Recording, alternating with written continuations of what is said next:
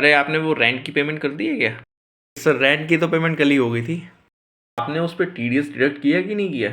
No sir, I haven't deducted any sort of TDS and actually I really did not have any idea about that. Oh shit यार, you should have deducted the TDS यार।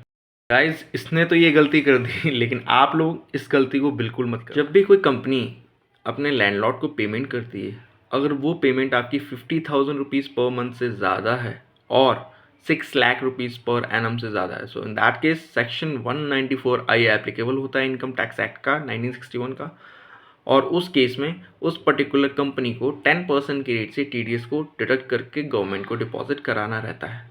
ये हमारा section 194I 1961 के income tax में होता था, but चूँकि amendment हो गया है, नया लॉ हो गया है इनकम टैक्स का, तो उस केस में आपका जो सेक्शन 393 वो एप्लीकेबल। यही पेमेंट अगर कोई HUF हिंदू अनडिवाइडेड फैमिली या फिर कोई इंडिविजुअल करता है तो उस केस में ये रेट 5% होता है।